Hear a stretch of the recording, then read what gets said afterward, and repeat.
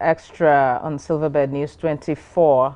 During the week, ministers were being inaugurated and their portfolios are signed. No, portfolios are signed. The inauguration will be on Monday. Their portfolios are being assigned. And then since then, concerned Nigerians and analysts have been, talking about, is it a square peg in round holes or square pegs in square holes? Well, we have a public affairs analyst, Dr. Lakunle Ibrahim, with us in the studio today, who would be analyzing, to tell us, evaluating the tax before the ministers. In the past, we've had, so much expectations, and taking a look at this list, I am happy that at least a lot of youth are on the list, and of course the women too are on the list. Of course, it is not that impressive on my part that they are not as much as we wanted, but of course they're women, of course they are youth. So let's first generalize before we go to some parts of the ministries, some parts of the portfolios before we, analyze that one in details. What's your overall take about the, the people, the resume of the people and your expectations on the people on that list with the portfolios that's been assigned? My expectations are very high, and I know Nigerians' expectations are also very high, because Nigeria right now is not in a good shape. Nigeria right now is not in a good shape. So whoever is to be sworn in as a minister on Monday should know that it is not a child's play. They are coming to the table to do serious work. There have been series of criticisms from Nigerians, especially about, few persons among the ministerial, nominees. So I think they should just know that Nigerians are expecting much from them. To whom much is given, much is expected. The entire list, to me, somehow has some level of recycling. Okay. Yes, it has some level of recycling. Because Nigerian politics has been such that the elites always emancipate themselves, and ratify the masses. Elite emancipation and masses ratification. So they should know that they are coming to work. Because an average Nigerian right now, what they are going through is terrible. Irrespective of the ministry you man, irrespective of your portfolio or whatsoever, you should know that you are going there to give Nigerians the best. And I wouldn't want a situation whereby maybe after a few months, a minister is not performing, and maybe based on loyalty, based on recommendations from certain powerful persons, the president will keep, keeping them in those ministries. It won't make any sense. Anybody who refuses to work should be fired. We should go beyond the politics of, he's loyal to me, she's loyal to me, let's just leave him or her there like we had in the last administration, where people were minister for 8 years and nothing to show for it. The system was so bad to the extent that ministers were doing what they want. They were not listening to the yearnings of Nigerians. Even at times, the president body language then signified that he was not even interested in certain things. So we wouldn't want to see a repeat of such. We want a Nigeria where ministers will be held responsible for failures and successes that they have recorded. All right, okay. Let's go to the much talked about Minister of the Federal Capital Territory, the former governor of Rivers State, Nyesom Wike. We know that I have covered him while it was the Minister for State of Education. So before he now became a two-term governor and now coming back as a minister. So, it was labeled Mr. Projects and all that while he was the governor. Would you think that it would be able to, bring that impact to the Federal Capital Territory, or is too big a fish to even work? As far as former Governor Wike is concerned, not that it won't work. Most Nigerians are just bothered because of his controversial nature. It's someone that is highly controversial. He talks the way he wants. He doesn't care. He says things the way he wants you to hear them, which normal. There are Nigerians who are like that. They tell you things the way they are. not the way they are supposed to be. So I expected them, you know, for Wike to have been given the award of Mr. Project, even by an opposition, you know, ruling government. You should know he worked. Somebody who built 12 overhead bridges in 8 years. I don't think there is any state in Nigeria that did that. But Abuja, as far as Nigeria is concerned today, FCT is the most developed part of Nigeria because of the presence of the federal government. I expected them to give Wike something like Minister of Works, since it's Mr. Projects. Yes, I was expecting that. But, you know, politically, they have their own calculations. And I don't know why Wike was made the Minister of FCT. That is left for him and Mr. President. But FCT is just, let me refer to FCT as a state. It's just one out of 37. Constitutionally, we have 36 states, right? There is still constitutional debate over FCT, whether it could be regarded as a state or not. We'll leave that for the court of law to decide. But Wike, that I know, that I have seen his project, that I have read his antecedents, will definitely work as a minister. I don't have any doubt about that. But my fear is that former Governor Wike is somebody that doesn't, he only understands go. He doesn't understand come. Yes. So he is going to step on so many people's toes. I expect that, and I've always envisaged that. Because Governor Wike is somebody who doesn't care. In as much as he feels this thing is right, this is the right thing to do, let's do it this way. However, Governor Wike should know this is Federal Capital Territory. This is the real Nigeria. It is not Rivers State, where you continue to fight your political, you know, enemies with your last blood. And no. This is more complex. FCT is a more complex society because we have the presence of virtually all Nigerians here. So it needs to be very careful and watch closely his mode of operation. If he can do that, it's going to go a long way in impressing Nigerians. Just that the FCT is just one out of about 36 plus 1. So if I didn't mean he was giving Minister of Works, I would have been so happy. Maybe the federal road that leads to my village will even be dualized since it's Mr. Project. Because there are a lot of things to be done. The person that was giving Minister of Works, I know he's also going to try. Because he tried, yes, Umai, he tried in his state. He's an engineer and he did a lot of wonderful things in his state. We just hope they will know, you know, ministerial appointment is often reward for loyalty. Yes, ministerial appointments often is reward for loyalty. You are being rewarded for the roles you must have played for in the emergence of, you know, the president and some other stuff. So in as much as you are being paid for your loyal attitude, you also need to know that this goes beyond individuals. It's a societal issue.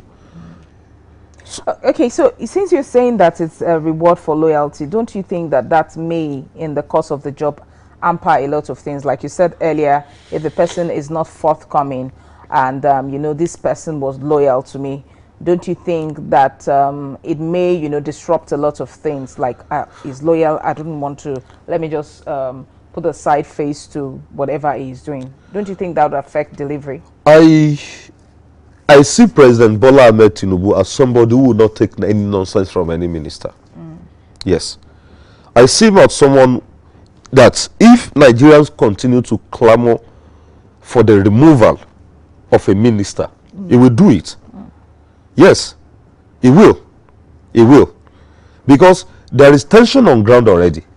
So he wouldn't want to joke with situations. Nigeria is right now in a very bad shape, I must tell you. Because most of us at individual level know what we go through. So any minister now should know that, because a minister is a mere administrator. That is why I'm not bothered. People will say somebody who is a lawyer, FCT minister, somebody who is this, is not supposed. No. There is no point for areas of specialization when it comes to ministerial appointment. Because you are just an administrator. You are a representative of the president. What about the PAMSECs? There are, you know, professionals in those ministries who will always set a template for the minister that is coming in. They are the workers there. They have been working in those ministries for a very long time. So theirs is just to guide the minister. So an average minister that is coming in right now must work. If the president fails to remove ministers as at when due, the problem is on him. The burden is on him. Right now, nobody is talking about Malami. Nobody is talking about Fashola. Nobody is talking about all the ministers that work for President Muhammadu Buhari. Everybody keeps saying Buhari, Buhari, Buhari, Buhari. If it is, you know, situations are getting worse. I remember President Muhammadu Buhari said, when I leave office, you rather praise me, insult me, or do whatsoever. Right now, some people are already saying, okay, we miss you. Buhari showed us Shege, but Tinubu is showing us Shege Banza. And you should know what that means. Any little error, any little mistake that adds to the sufferings of Nigerians right now, the people will take to the streets. Yeah. Yeah. People are just waiting for a slight opportunity to take to the streets because they are tired. All right, okay, let's examine these two people. Dele Alaki for Ministry of Solid Minerals, and we have Festus Keyamo for Aviation. And, you know, people have, you know, viewed Dele Alaki like a communications person. So they probably just think that it should, you know, fit the Ministry of Information rather than Ministry of Solid Minerals, because, of course, we know what that ministry entails. And, of course, for aviation, too, the wife Festus Keyamo. And you said earlier that you may not really want to check your profession and align it with this thing. But, you know, checking the resume and the records, would you think that would align? It may and it may not. It all depends on individuals. I'm a sociologist, for instance. My area of specialization is criminology. But I don't think there is anybody that will give me Minister of Information and I will not perform. Because you'll be like the image builder of the government. You'll be the one to speak to Nigerians when the need arises. So, speaking for the government to me is not, it does not necessarily require any area of specialization. What is mostly important? Yes. You are a sociologist. You are a natural orator. So I would not really want to. There are people. Yes. There are people who are not into anything communication, but when they speak, you will know that they are intelligent and they are brilliant. They can present issues. Yes. You know, your manner of presentation matters a lot. There are people who are versatile. Dele Alaki could be one. We may not know. And the president, in his own wisdom, has reasons for giving him that. So I am sure that the president must have been able to scrutinize those things very well. Even the person that was giving Minister of Information, check his background. He has certain backgrounds in communication. So as far as I'm concerned, it's not a bad idea. I was expecting that also. Yes, because Dele Alaki is a known person. We know him. He has been into that for a very long time. But I wouldn't know what went wrong along the way. But I know the president that I know wants the best from his ministers. So he must have been able to place those ministers where he feels they will work. Okay. So, you know, you said that anybody could do well even if they are not communication specialists. Yes. Let's quickly take Tulai Mohammed. How would you rate his handling of It was information? Poor. Yes, very poor. Yeah, so that's very poor. Very poor. You see, very extremely poor. Extremely poor. So, as a lecturer, if you're going to give him mark, then he has to redo that class. Then 10 over 100. Then he has to. That's failure. He has to retake that. Yes, class. it was a pure failure. Okay, so moving forward, let's go to Bosun Tijani. We saw how his screening process went, and you know, Bosun Tijani is a techie, is an IT guru. And then he's been fixed for the Minister of Communications and Digital Economy.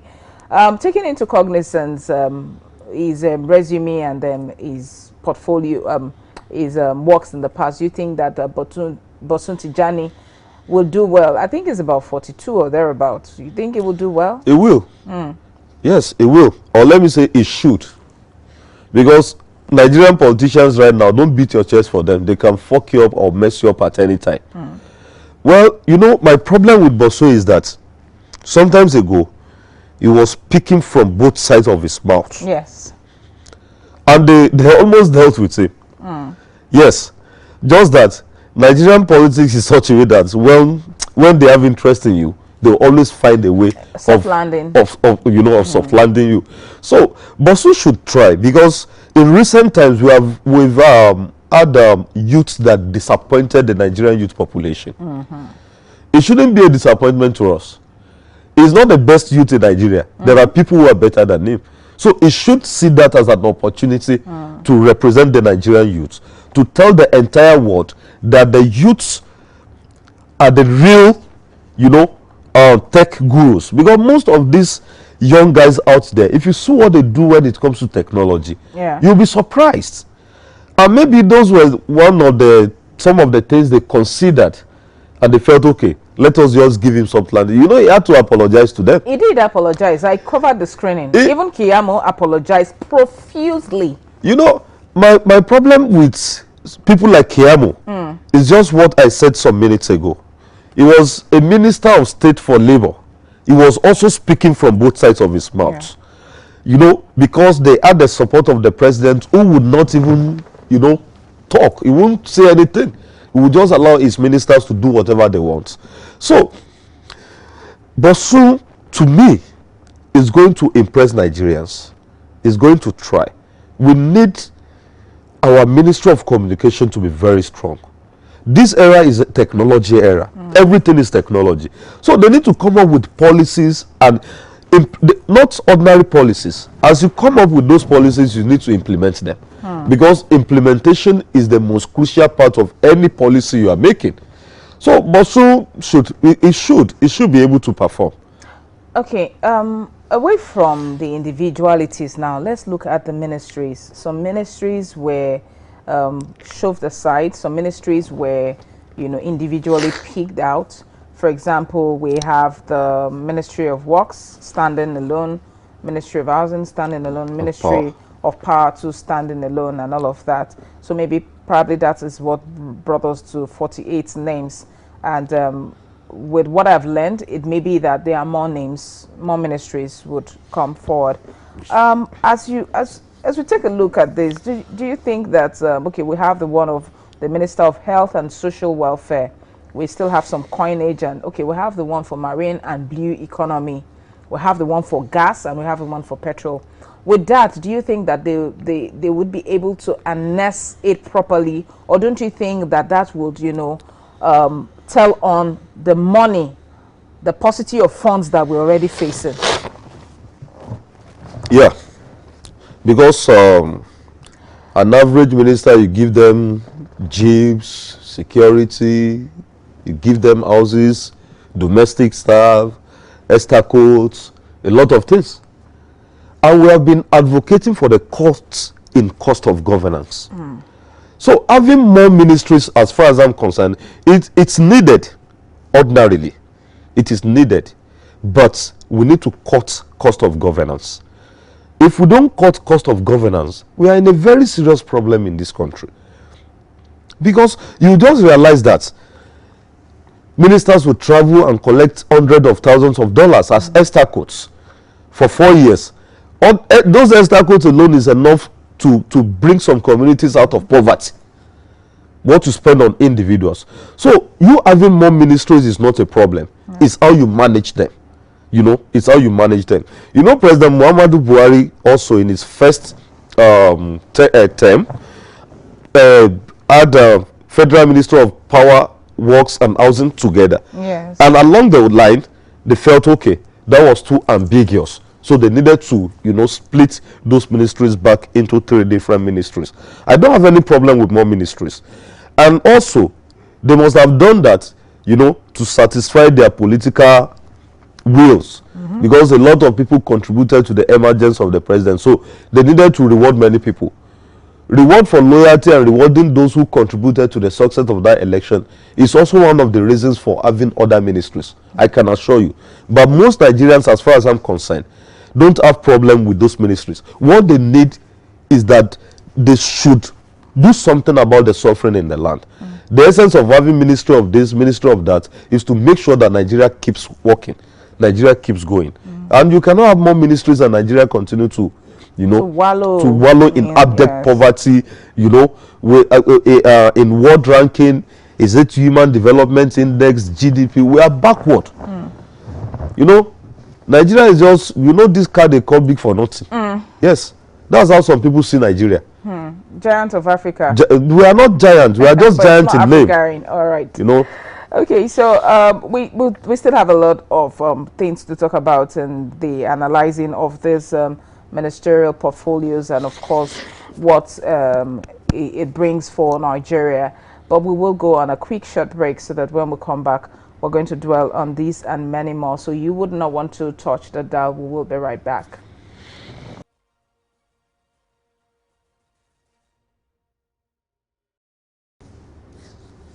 Welcome back. If you are just joining us, we've been analyzing the task before the ministerial nominees that have just been assigned portfolios. Okay, so we have Dr. Olakunle Ibrahim. He's a public affairs analyst, and he has been taking us through that. So if you've missed it, just go on our YouTube and stream live on Silverbird News 24 to get all what you've missed. So we're still talking about analyzing the task ahead before the ministerial nominees. I'm sorry, the ministers now, not ministerial nominees, and of course the portfolios that have been assigned.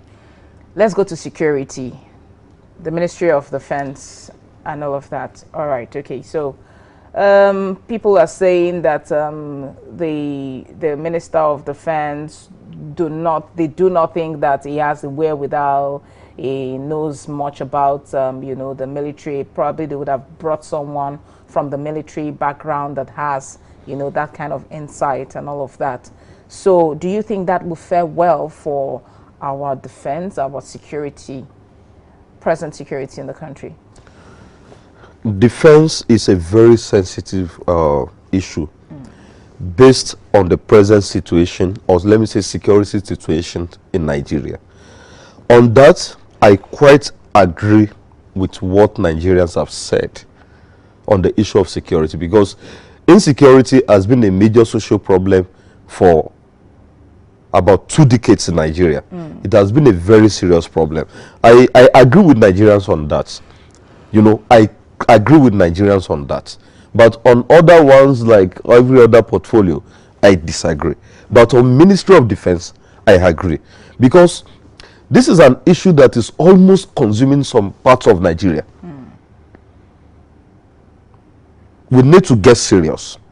But with commitment, dedication, the ministers should know the task ahead of them.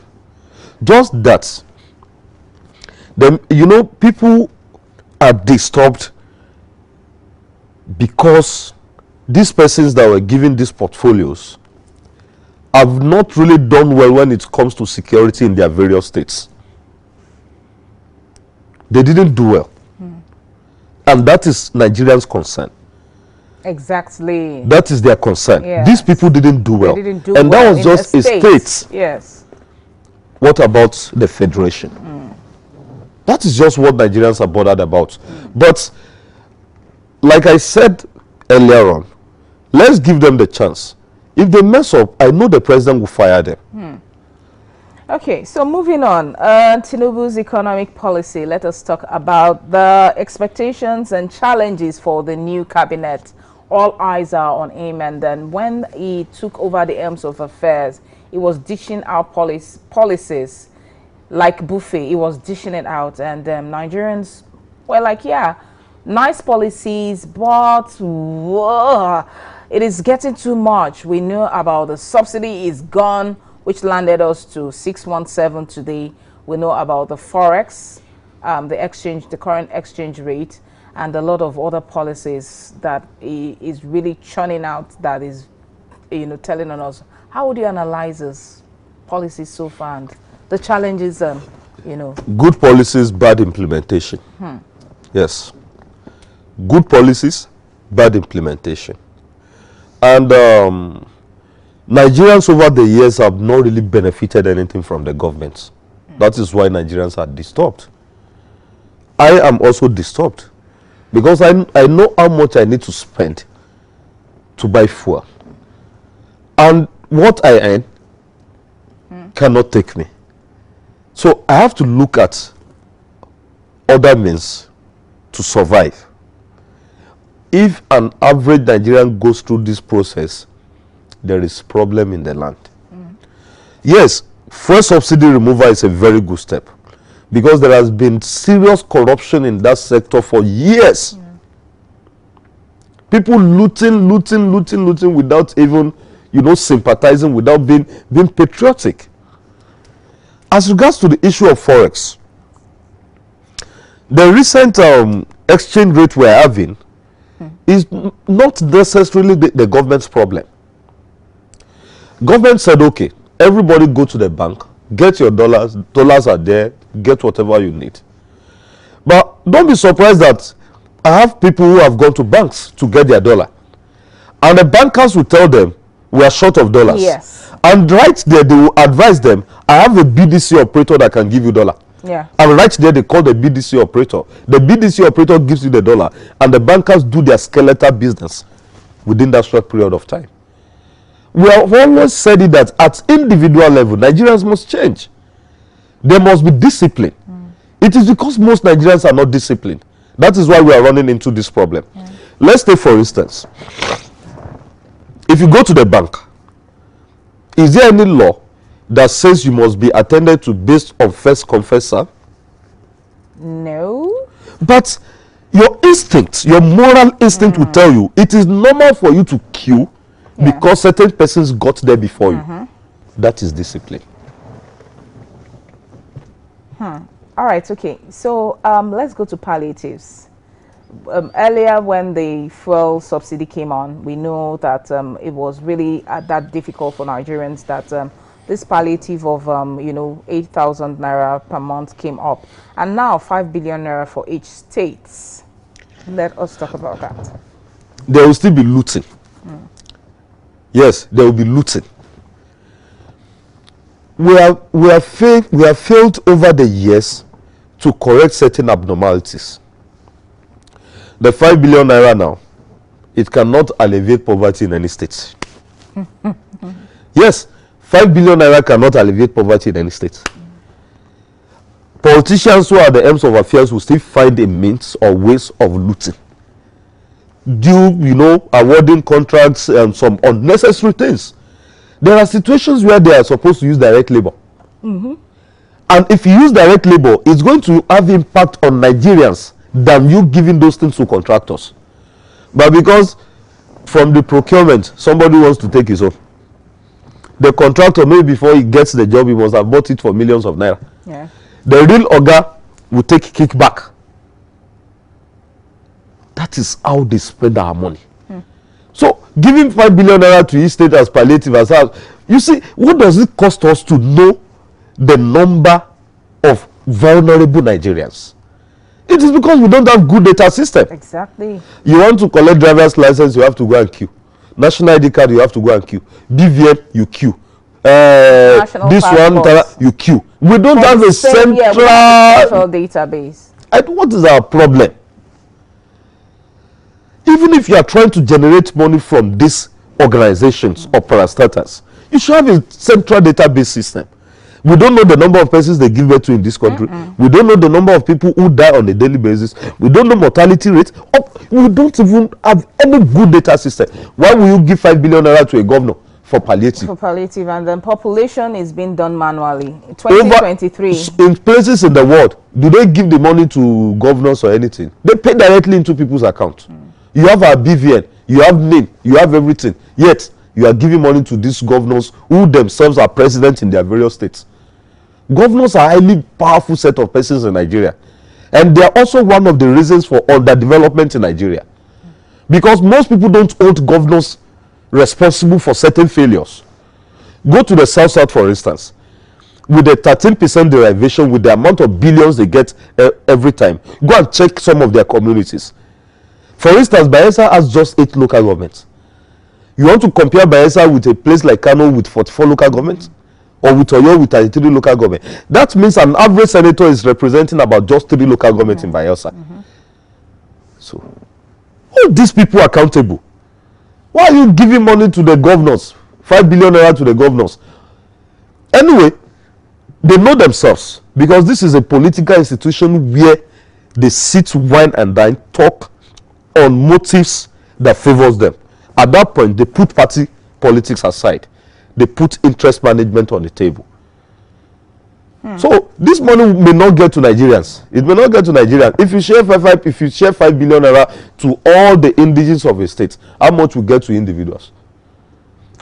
Well, I think they said they are targeting the poorest of the poor, the most vulnerable. Do they know the poorest of the poor? Yeah, they said they were going to use a social register. Which social register? Do they have a register? What register do they have? Okay. I know the poorest of the poor in my community. They don't. Because we don't have good data system. Now, you see, one of the things that is causing setback for Nigeria is because we don't have data. Yes. Even if you go online and you try to do research, people don't give accurate information. Yeah, you all that get from foreign organizations, WHO, USAID, and all of that. You know, some of us have attended seminars, you know, on several occasions, like NOI polls. NOI polls, they are very good. What they normally do is they pick their phones at random and call Nigerians. Yes, from their office. They speak with Nigerians directly to find out from them what they are going through. At random. How would they go? If at this stage we don't even have data in this century, we are in trouble. We are in trouble. Okay. Another major distraction that occurred not too long ago, about 2-3 weeks now, is the Niger coup and the diplomatic talks that have been ongoing. You know, while we're trying to face our own, of course, our president was made the chairperson of the ECOWAS, and that's a good one. But we didn't envisage the coup that just came along, and now all eyes are on the chairperson, you know, to decide on whether to go to war or to go to dialogue. For me, this is a major distraction. So now that they are contemplating this, how do you think that this would also pose as a challenge to our already challenged economy? African leaders are not serious. They are not serious because they know themselves they are threats. What were they looking at when there was coup in Burkina Faso? What action did they take? That of Mali, what action did they take? And because Nigeria is here, you are shouting. You know, I don't have any problem with ECOWAS saying military action, because in every region, the most powerful country will want to tell you we are not your mates. Yeah. In terms of resources, GDP, economy, everything, Nigeria is not in the same, you know, level with other West African countries. But let me put this to you. You are giving them ultimatum in Niger. When some of these West African leaders were busy changing constitution, extending their years of stay in office, what was ECOWAS role? They kept quiet because they are Agbada people like them. Dictators wearing Agbada, behaving like as if they are civilians. And these guys in Niger, we may win the war, but the beginning of a fight is only what you know. Exactly. You can never predict where it will end. And if our president continues to say, Niger, do this one, Nigeria as a country, now go receive refugee parcel. Exactly what the northern governors. Yes, they are scared because they have limited resources for their people. Not to talk of those coming in from Niger. And most of our people are in Niger. Because when Boko Haram attacks, when bandits attacks, they run to Niger. I remember a time when Governor Zulum had to travel to Niger to go and give Nigerians living in jail palliative. So a country that has been accommodating our own people is a country you want to go and wage war against. It is not that Nigeria that is waiting. It is not Nigeria that is waging war directly. It is ECOWAS, but Nigeria is the country that will play the major role. We have gone to war. We have been able to restore democracy in places like Sierra Leone, Liberia. You know, we have tried. But patience can never be too much. Diplomacy can never be too much. Diplomacy can never be too much. Listen to these guys. Try to figure out what they need. Do you know for about Niger is a landlocked country. They have been trying to build a dam, just one, for the past 30 years. They don't have anything. They supply, I think, about the world uranium. It seems Niger supplies 25%. And what do they use uranium for? Nuclear power plants. France is there. You have been giving them millions of dollars as aids in francophone African countries. Where are they? What level of development do they have? That is neo-colonialism. That means you have not been able to leave these people to do things on their own.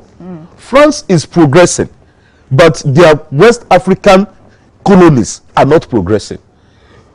Anglophone West African countries are far better than in terms of life expectancy and some other stuff. So why is Nigeria still like that? You are taking their uranium out of their country from time to time, every time, and it is Nigeria that is supplying them electricity. You think about that. And you said they should not get angry? No. Because the problem in Niger is a very sensitive one. The Wagner group is there. Russia is backing them. I know America will never back such thing. And Nigeria will always, want to dance and clean shoes for America.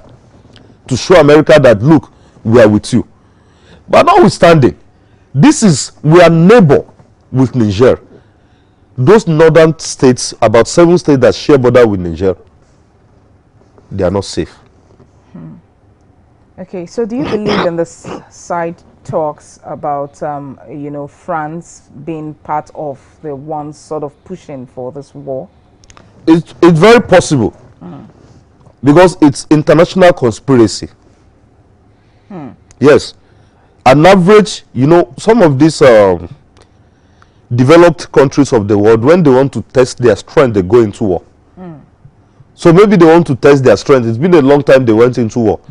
So they want to use our own African territory as a battlefield. That's unfair. Okay, all right. Let's go away from Niger. Let's come back to Nigeria. Food security.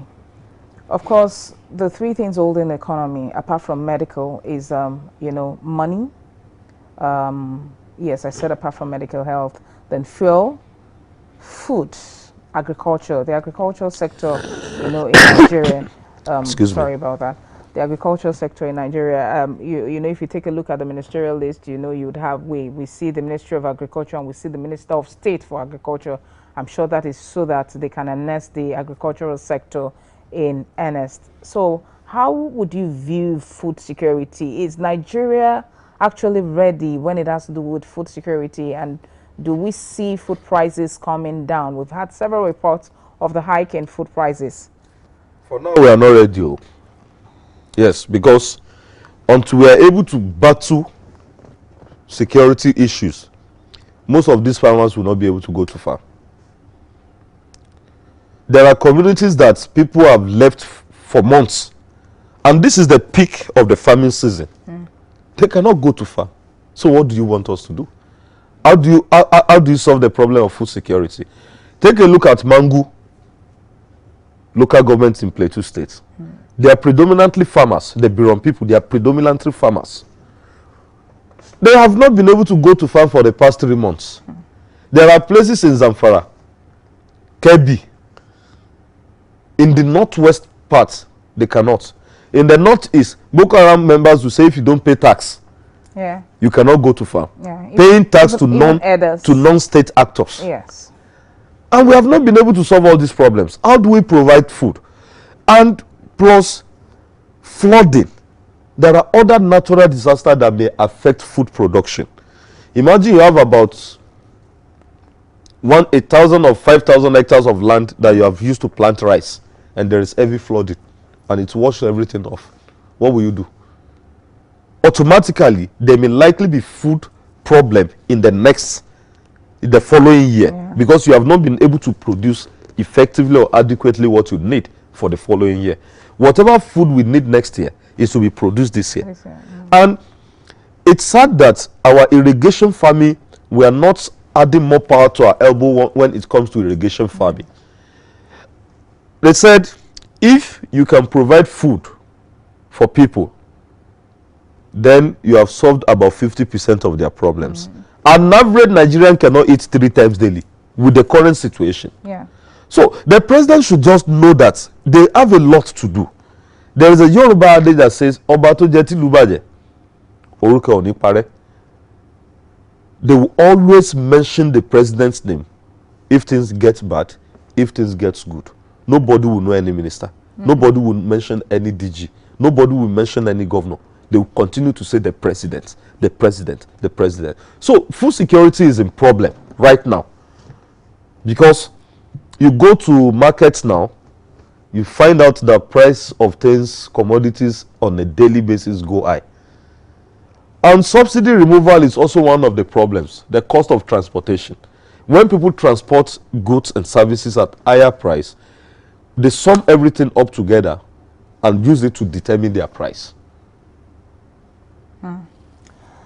Okay, all right. During President Muhammadu Buhari's regime, Nigeria witnessed the highest level of traveling, that is relocating, not even actually Japa syndrome. Nigeria witnessed the highest level, and we're thinking that with time it was going to subside.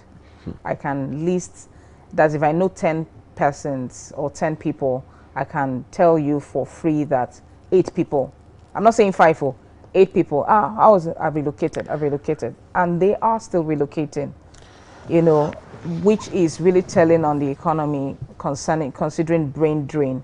And the thing now is that they are not just only relocating, they are taking the best of hands in Nigeria via relocation. Let us look at this. Do you think that this Japa with this regime will continue, and the effect of that brain drain into the economy? It will. It will. Personally, I have friends who have left between January and now, and some will still leave in the next few weeks. Why won't they leave? If you work and you have $1,000, it's equivalent to how much? Now you're a millionaire. So what I say? The essence of living is to live well. Yes. Make money. Look good. Take care of your family. But when your income cannot take care of your expenses, you're already in a problem. And that is what most Nigerians are facing. If you earn 150,000 salary in Nigeria today, what can you do with the 150,000? Yet, minimum wage has not been increased. Something is definitely wrong with us in this country. It is because people are sitting in the villas, sitting in government houses, living in Asokoro, Metama, and some other places. They don't know what an average Nigerian is going through. Minimum wage of 30,000 naira. 30,000 naira. The government is just, they are not respecting Nigerians. All right, Dr. Olakunle Ibrahim. That was Dr. Olakunle Ibrahim, the public affairs analyst. We've had a lot to talk about, and this is where we're going to be drawing the curtain today. Thank you for helping us, you know, at least evaluate the task before the ministers, and of course the challenges facing that is being bedeviled by the current economy. Okay, so that is News Up Extra today. Thanks for staying tuned to News Up Extra. Join us same time next week. I remain at Sinuke Nuke. Bye for now.